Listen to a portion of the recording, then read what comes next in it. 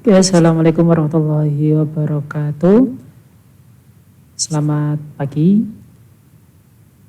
Kali ini di video ini saya akan membahas mengenai tugas dari mata kuliah Kecerdasan Komputasional dan Pembelajaran Mesin atau KKPM. Tugasnya adalah seperti ini. Lakukan prediksi jumlah penderita yang positif COVID-19 untuk 5 hari ke depan, yakni setelah 16 April menggunakan data harian pada website resmi covid19.go.id mulai tanggal 16 Maret dengan mengimplementasikan metode linear atau logistic regression. Buatlah presentasi dalam video. Oke, oleh karena itu video ini dibuat untuk menjawab tugas ini. Sebelumnya, mari kita buka dulu sumber datanya. Ya, website ini merupakan website pemerintah yang resmi untuk menginformasikan apapun terkait COVID-19, entah itu kebijakan, entah itu yang lainnya. Oke. Untuk mengetahui datanya ada di bagian menu sebaran. Kita buka.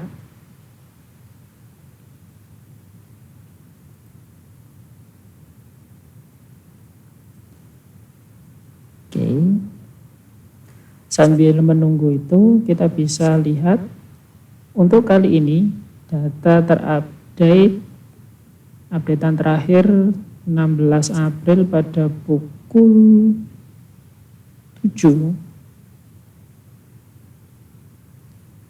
Pada 16 April pada pukul 7 GMT. Pada pukul 7 Indonesia positifnya ada 5.500, sembuhnya ada 549, meninggalnya ada 496. Oke, kita lihat. Oke, di sini data yang akan kita olah untuk memprediksi 5 hari ke depan setelah tanggal 16. Berarti ini tanggal 17, 20, 17, 18, 19, 20 dan 21. Di sini ada beberapa visualisasi data. Yang pertama adalah penambahan kasus sembuh per hari. Jadi ini kasus sembuhnya. Kalau ini di fullkan, bisa kita lihat hari terakhir kemarin ada 102 yang sembuh pada tanggal 16 April. Ya, seperti itu.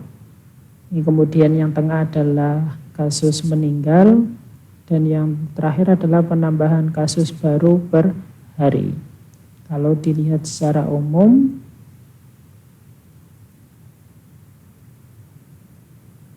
jadi grafiknya seperti ini ya. Yang merah adalah yang meninggal, yang hijau adalah yang sembuh, kemudian yang abu-abu merupakan jumlah kasus positif jika diakumulasikan. Ini juga semuanya diakumulasikan sehingga grafiknya adalah naik.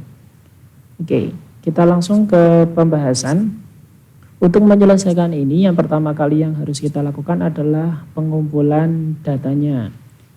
Berhubung website ini tidak menyediakan API untuk bisa diakses secara online, maka mau tidak mau kita harus mengumpulkan datanya atau menginputkan datanya manual sehingga nanti bisa diolah untuk memprediksi jumlah pasien positif COVID pada 5 hari selanjutnya. Sedikit perbandingan, kalau kita lihat dari website kawalcorona.com, di sini ada API-nya di menu API for developer untuk bahan bagi para pengembang ketika mau mengembangkan. Di sini ada datanya, hampir sama, ada visualisasinya juga. Nah, di sini bisa ada IP-nya sehingga nanti tinggal dipanggil melalui kode kita. Tapi berhubung tugasnya adalah dari sini dan tidak ada API di sana, maka mau tidak mau kita harus mengetikkan secara manual. Nah, dan ini sudah saya lakukan tadi.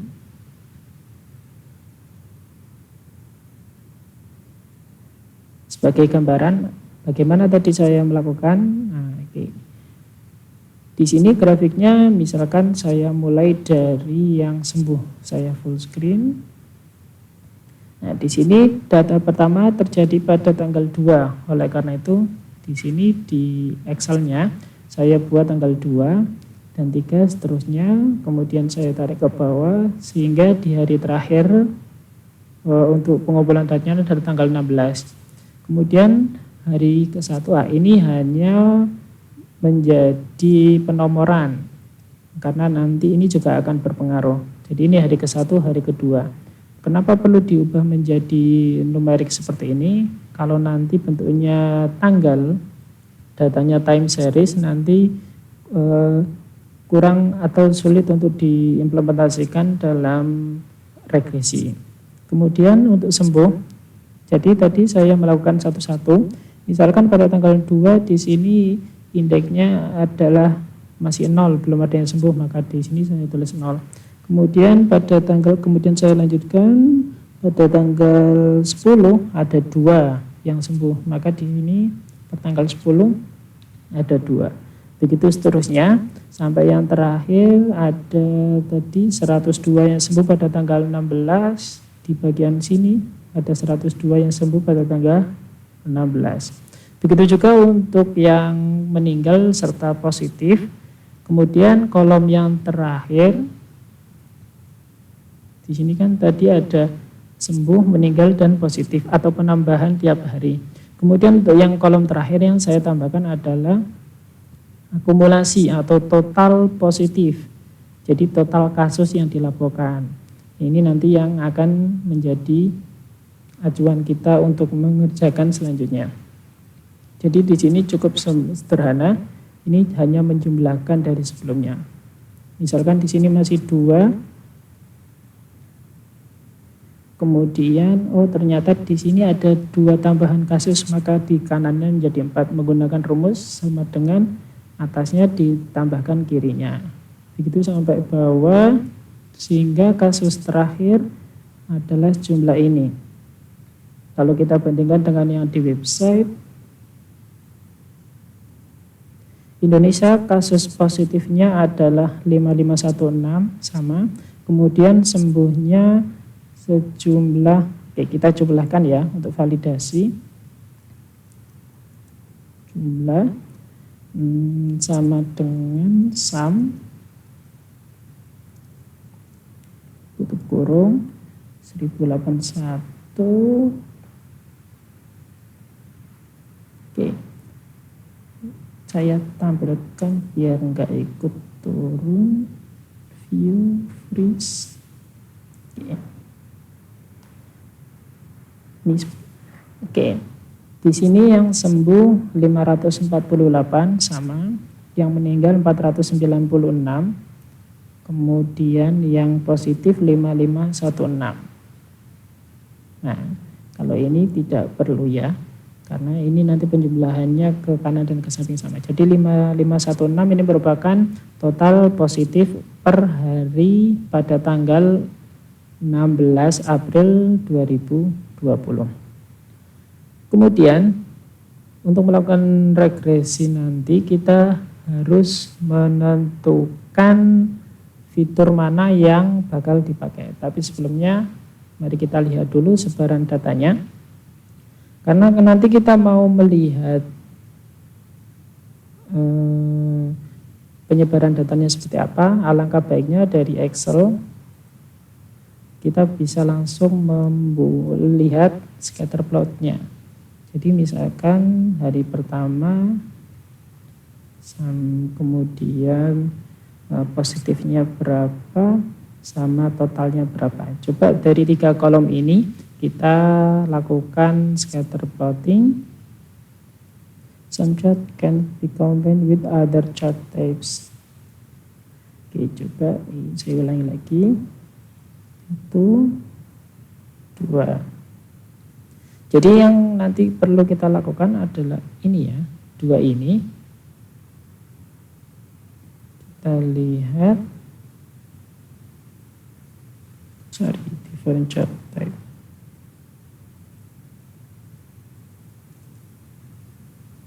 Oh, ada jumlahnya nanti.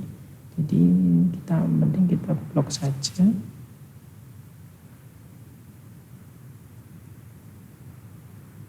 Kemudian untuk positifnya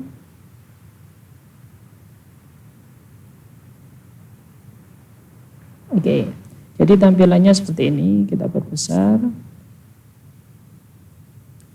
Jadi ini untuk 1 hari pertama dan seterusnya sampai hari ke-46, kemudian positifnya segini.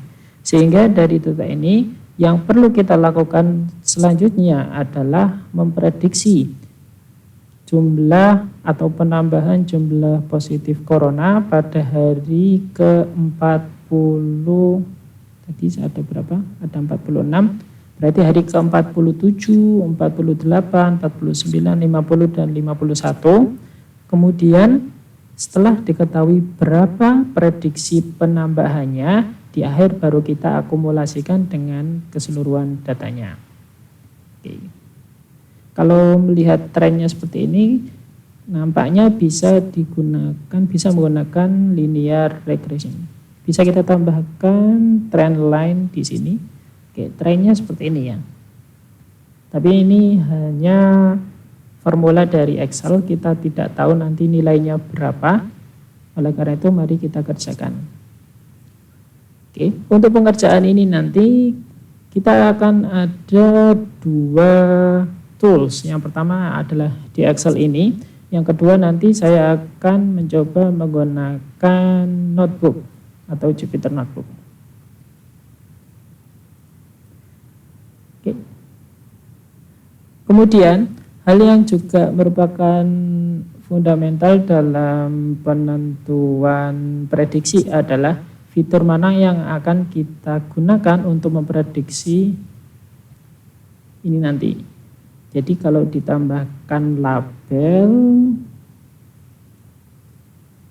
nanti adalah Y-nya di sini, kemudian X-nya di sini, ini X1 mungkin bisa dibilang demikian, ini X2, X3. Oke, kita bisa mengkolaborasikan 1, 2, 3 untuk memprediksi Y, namun sebelumnya coba kita lihat korelasi di antara ketiganya. Ini saya pindahkan dulu, oke, sini aja nggak apa-apa. Untuk melihat korelasi di Excel bisa menggunakan rumus sama dengan Corel, kemudian buka kurung. Ini kemudian kita pisahkan dengan titik koma.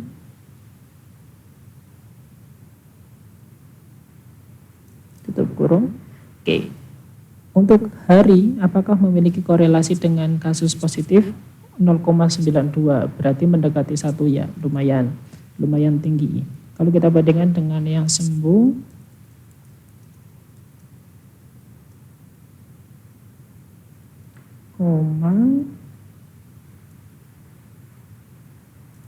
tutup kurung. Oke, sembuh memiliki 0,7. Ini sebenarnya bisa dilakukan copy rumus langsung. Oke, ini enggak bisa, kenapa? Oh ya, sorry. Karena perlu diabsolutkan atau dikunci. Kita absolutkan dulu 0,92. Oke, pastinya yang terakhir ini karena mengkorelasikan dengan dirinya sendiri ya, nilainya sama dengan 1. Dari sini kita bisa lihat bahwa atribut pertama atau fitur pertama hari ke itu memiliki korelasi yang paling tinggi dibanding yang sembuh dan meninggal. Oleh karena itu untuk melakukan regresi nanti kita cukup yang paling sederhana kita menggunakan ini dan Y-nya adalah ini. Oke, seperti itu.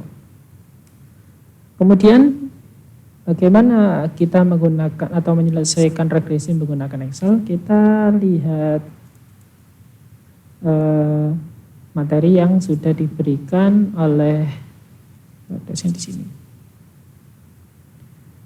Langsung saja untuk yang di atas deskripsi atau penjelasannya teman-teman bisa baca sendiri. Yang jelas di sini kita langsung ke perhitungannya untuk menentukan prediksinya nanti. Bentuk umum dari regresi linier adalah Y sama dengan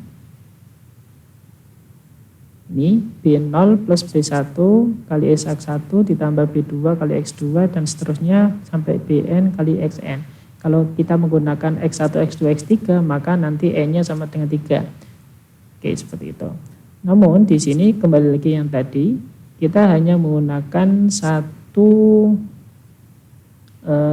fitur saja atau satu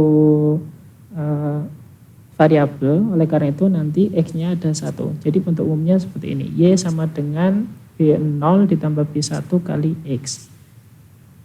Hal tersebut juga dicontohkan di sini. Oleh karena itu langsung saja kalau kita buat di sini kita butuh apa saja? Ada butuh X kuadrat. Oke. Kalau butuh X kuadrat kita tambahkan X kuadrat di sebelah kanannya. Untuk yang ini dan ini boleh kita sembunyikan biar tidak mengganggu.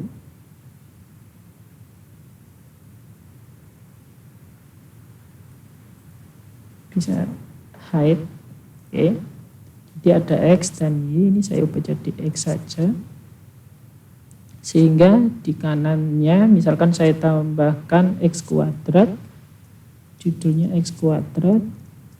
Ini merupakan hari pangkat 2. Kita menggunakan rumus sama dengan hari, kemudian kita pangkatkan 2.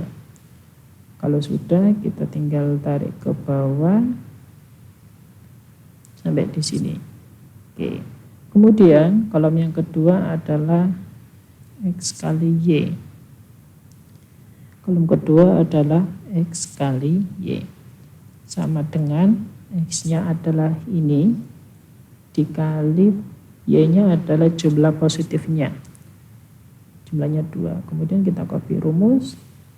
Oke. Jadi totalnya ini.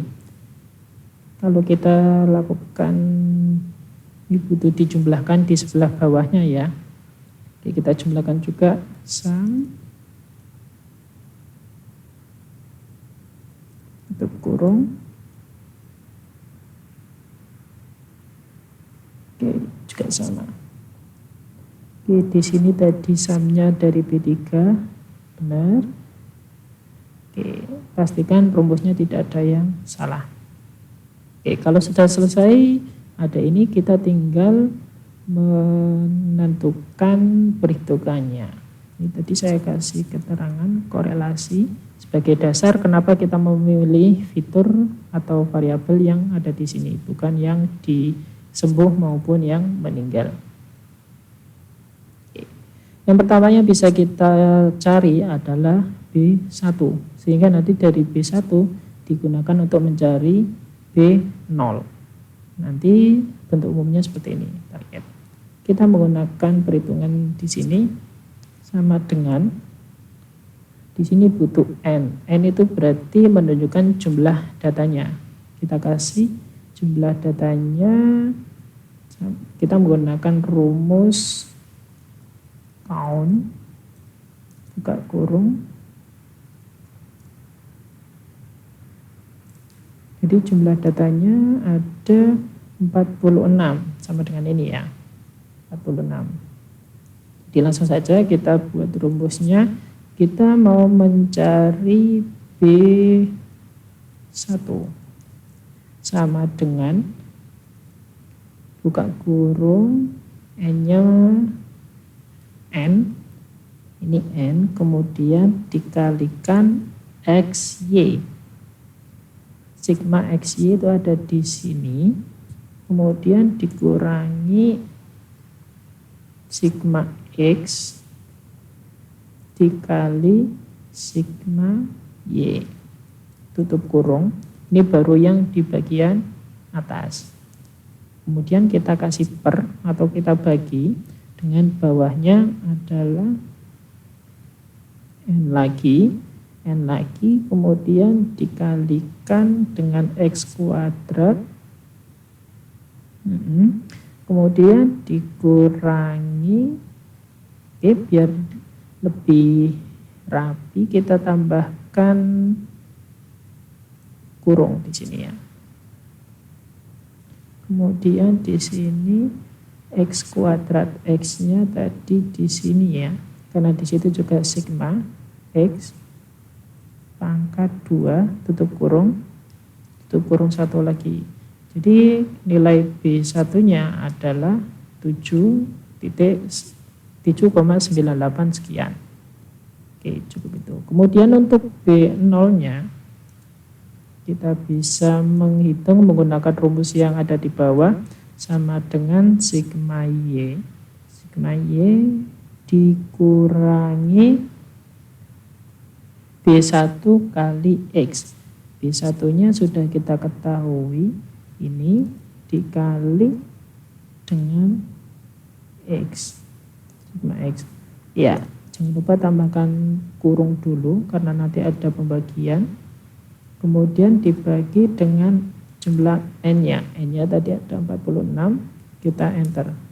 Maka di sini memunculkan nilai minus 67,681. Sehingga jika dituliskan bentuk umumnya adalah Y sama dengan B0 ditambah B1X. Oleh karena itu minus 67,681 ditambah 7,98273, oke, dikali X.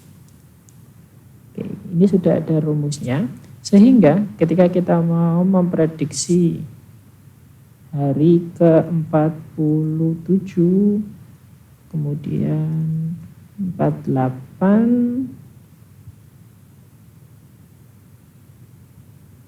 1, 2, 3, 4, kita manual 48, nggak apa-apa, 47, 48, sampai 51 ya, karena 5 hari setelah tanggal 16, berarti ini tanggal 17 bulan 4 2020.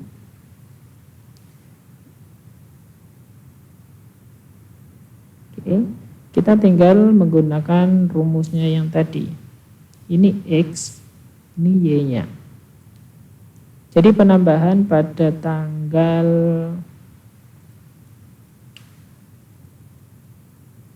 17 sama dengan bentuk umumnya tadi, ini B0 ditambah B1 dikali X-nya.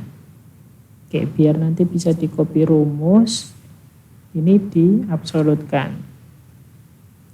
Itu. Sehingga pada tanggal 17 kira-kira penambahan pasiennya sebanyak 307 orang. Kalau kita tarik pada tanggal 18, 315, pada tanggal 19, 323, pada tanggal 20 ini, dan 21 ini.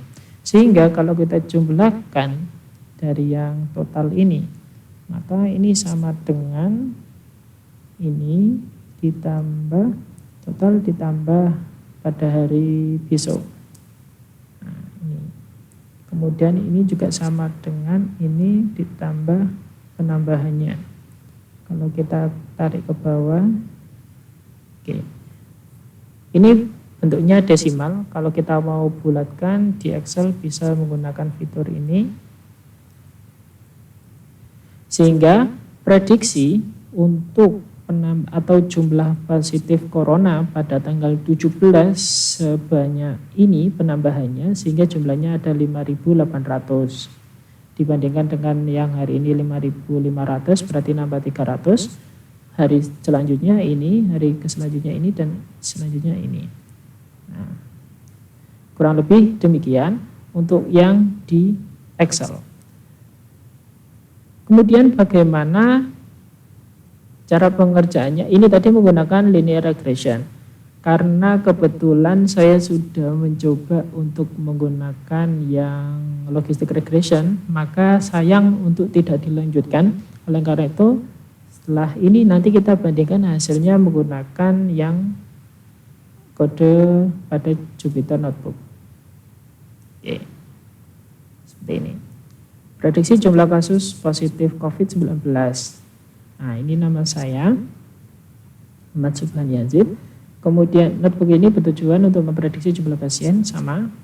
Kemudian library yang bakal kita pakai adalah NumPy, Pandas, sama Matplotlib. Masing-masing Pandas untuk data frame untuk datanya, kemudian Matplotlib untuk plottingnya, NumPy untuk perhitungannya. Langsung saja kita run.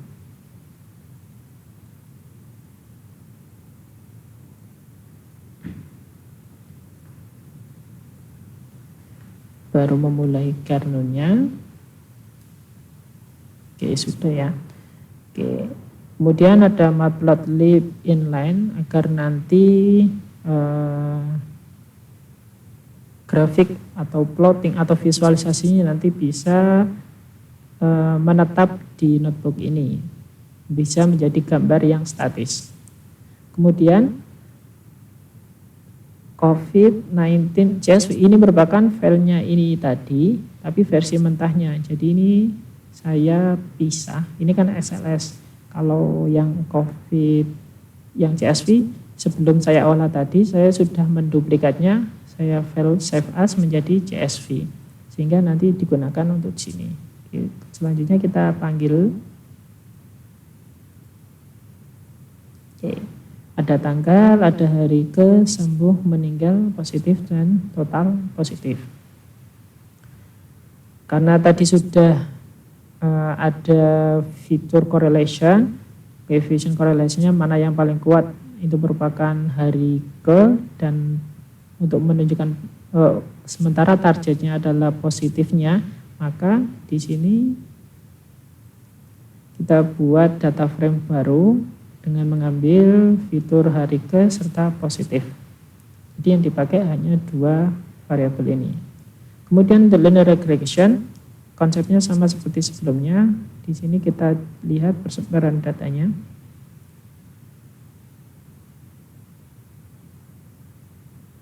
Oke, sorry.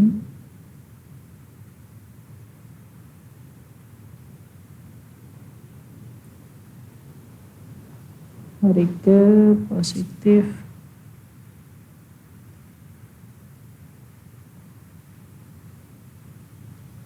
pakai ini pengaruh, jadi tampilannya bagus. Oke, kita ulang lagi.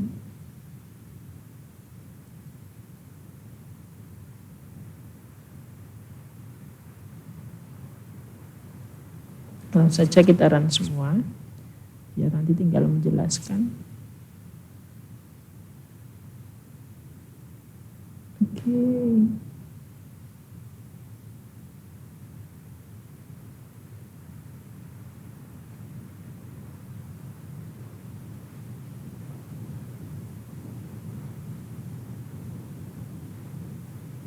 Oke, kita lihat datasetnya kayaknya ada yang bermasalah di sini.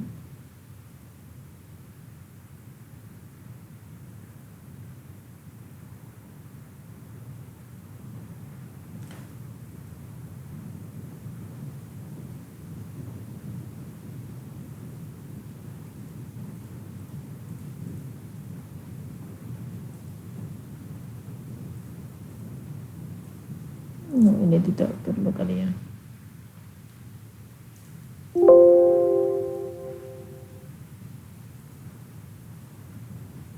Karena tadi ada jumlahnya, saya salah menambahkan. Kita coba ulangi lagi. Kita running dari awal. Oke, sudah. Kemudian ini sudah. Ini sudah. Oke. Karena tadi ada jumlah di belakangnya ya. Saya lupa telah menambahkan kolom tersebut. Ini sudah sesuai. Oke, di sini kalau kita plot hampirnya sama seperti yang ada di Excel tadi.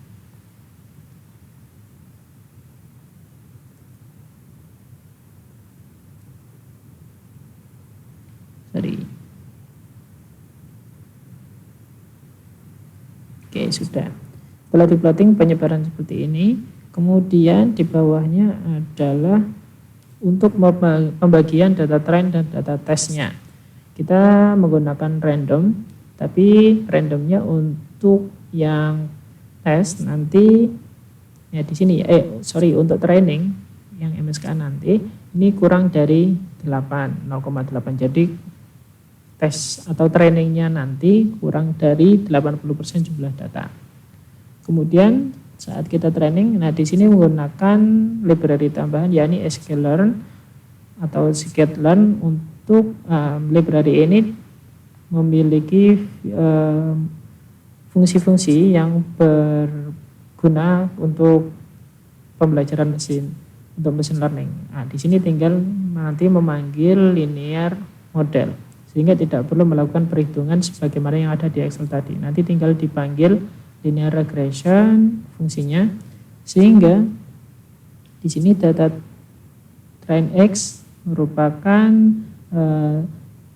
mengambil dari hari ke, kemudian di train, kemudian Y-nya, sehingga nanti didapatkan koefisien dan interceptnya. Ini merupakan koefisien tadi, kalau sama dengan tadi adalah B1-nya, kalau intercept adalah B0-nya, sehingga didapatkan koefisiennya 7,991, interceptnya minus 64. Kalau kita bandingkan dengan yang tadi, koefisiennya B1-nya 7,98, di sini 7,99. Selisihnya sedikit. Kalau yang ini minus 67, di sini minus 64. Oke, kita visualisasikan sehingga garis regresinya adalah seperti ini. Ini cuma plotting. Kemudian setelah dievaluasi, ada rata-rata absolute errornya adalah 23,07. R2 skornya adalah 0,54. Demikian. Kemudian untuk prediksi 5 hari ke depan menggunakan jadi hasilnya tadi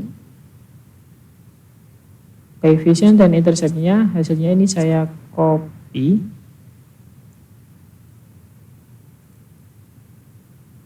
Saya copy saja yang di sini. Koefisien berarti B. Ini tadi hasilnya tadi, koefisien itu yang di B. Ctrl V. Kemudian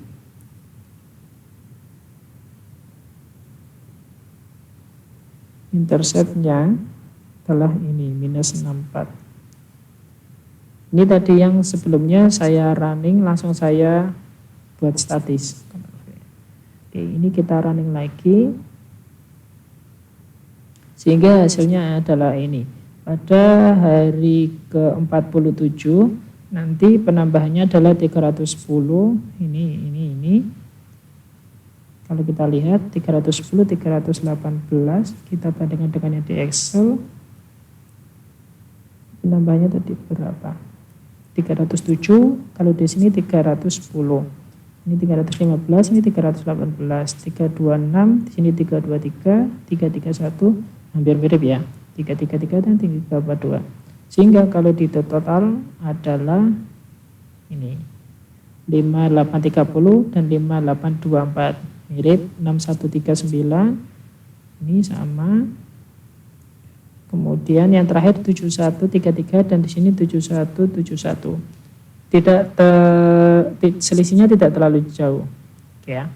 Oke, berarti sudah mirip. Kemudian untuk yang logistic regression, kebetulan saya juga sudah nyoba sebelumnya. Logistic regression merupakan bagian dari non-linear regression. Jadi regresi dibagi ini menjadi dua, ada regresi linear, ada regresi non-linear. Di regresi, kalau linear itu lurus, sementara itu cocok kalau persebaran datanya seperti ini.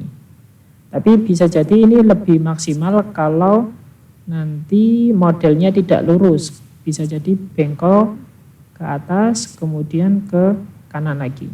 Oleh karena itu kita coba juga menggunakan logistic regression. Oke. Pada regression nonlinear, ini cocok untuk data yang persebarannya tidak lurus. Kita sebagai contoh di sini ada kubik atau pangkat 3 seperti ini. Jika persebaran datanya seperti ini, maka pemodelannya akan cocok menggunakan kubik. Oke. Dan juga yang berbentuk kuadratik, metode yang kuadratik. Ya, seperti ini. Jika datanya berbentuk kurva, maka cocok pemodelannya menggunakan nonlinear kuadratik daripada yang linear. Ada juga yang eksponensial. Oke, seperti ini. Kalau kita lihat tadi, kalau eksponensial bisa digunakan untuk yang tadi ya, memprediksi akumulasinya. Mungkin bisa menggunakan ini. Ada juga yang di sini adalah logaritmik. Logaritmik bentuknya nanti seperti ini. Jadi nanti datanya tersebar di sini, di sekitar garis prediksinya. Dan yang terakhir, yang juga yang nantinya kita praktekkan adalah logistic regression. Yang bentuknya adalah sigmoid. Sehingga kalau kita lihat tadi kurang lebih seperti ini. Nanti kita lihat hasilnya. Oke, logistic regression rumus umumnya seperti ini. Langkahnya sama seperti sebelumnya, kita panggil COVID-19. Ini kemudian kita lihat plottingnya, warnanya saya bedakan sedikit, menggunakan green square, kotak berarti ya, berbentuk persegi. Kemudian, oke, kita mendefinisikan rumusnya. Kalau di linear regression rumusnya seperti tadi, kalau di logistic regression rumusnya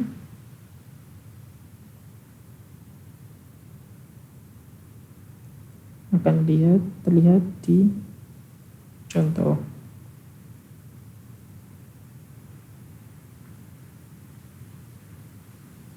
Seperti ini ya.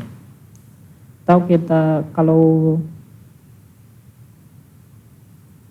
dituliskan seperti ini juga tadi. Sama seperti yang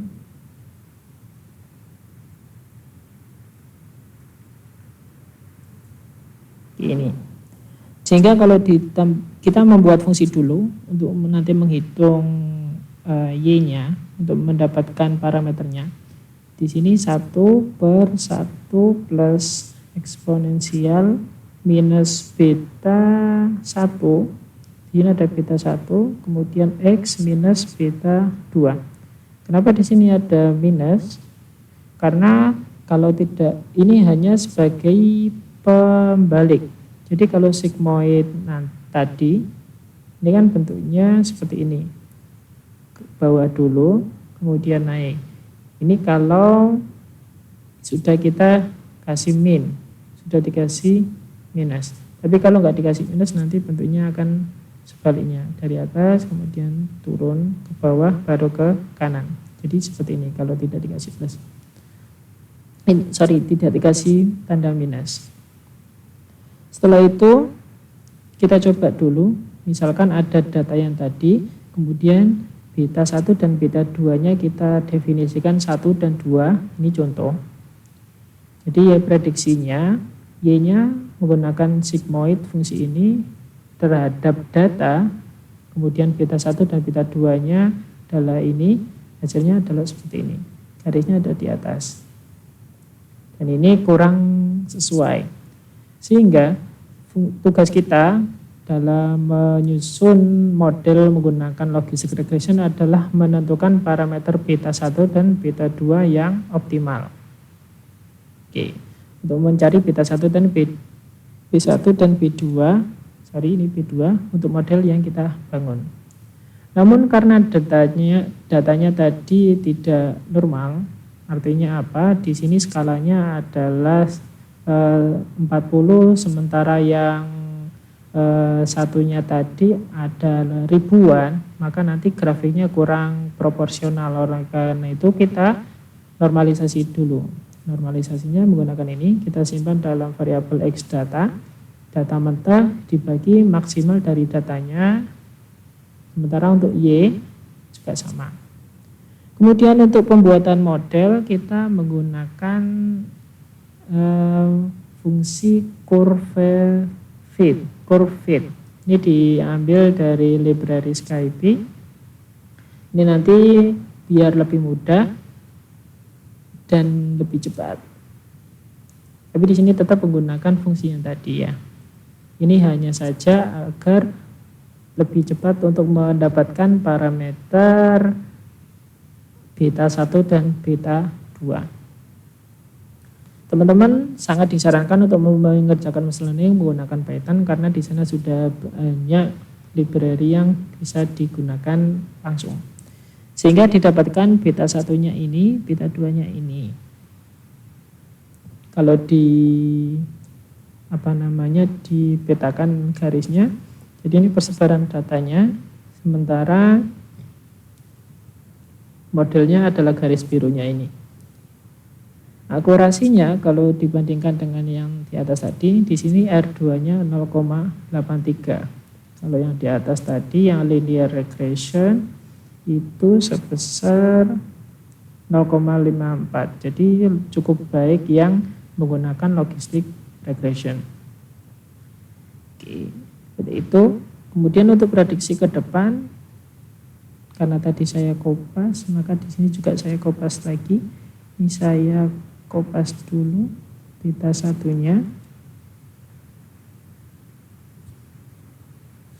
Beta 1. Di sini saya simpan menggunakan variabel baru.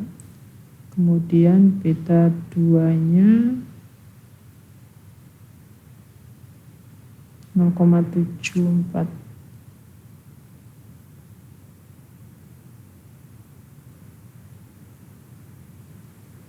Kemudian ini sama datanya.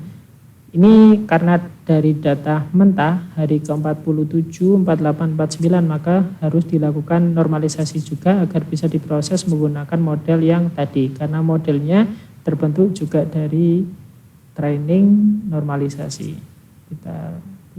Kemudian hasilnya adalah seperti ini. Kita lihat 337, 344, 350. Kita bandingkan dengan yang di Excel. Di sini 307, di sini 337, yang terakhir di sini 360 yang di logistic regression, sementara yang di sini 339. Sehingga kalau dijumlahkan hasilnya adalah yang di sini 5866, di sini 5822. Seperti itu. Jadi kalau kita bandingkan, ini yang tadi, kita mendapatkan 3 hasil prediksi. Yang pertama dari Excel, nanti tadi menggunakan linear regression, hasilnya seperti ini. Untuk jumlah positif COVID pada tanggal 17 sebesar ini, dan ini. Sementara untuk yang di linear regression juga, tapi melalui Jupyter Notebook, hasilnya adalah ini. Saya copy saja biar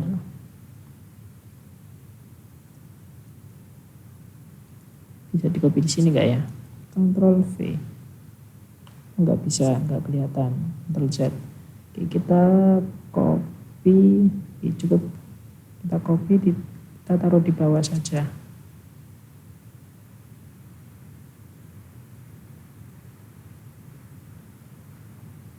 Kita sandingkan dengan yang hasil dari logistik. Oke, di sini 5.800, tapi secara umum kalau kita bandingkan, kalau kita bandingkan ketiganya sama-sama 5.800, 5.800, 5.800. Yang tanggal 18, 6.200, 6.100, 6.100, 6.500, 6.400, 6.400, dan yang terakhir 7.100. Nah ini yang paling beda 7.300, tapi yang ini sama. Jadi demikian untuk jumlah positif corona pada 5 hari ke depan setelah tanggal 16 adalah seperti itu. Jadi ini sangat dipengaruhi oleh jenis datanya. Sebelum kita melaksanakan proses machine learning, alangkah baiknya kita memahami persebaran datanya, kemudian karakteristiknya seperti apa, sehingga ketika kita memilih metode dalam penyelesaiannya, kita tepat sasaran. Kurang lebih demikian penjelasan dari saya.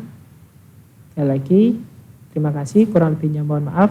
Kami akhiri. Assalamualaikum warahmatullahi wabarakatuh.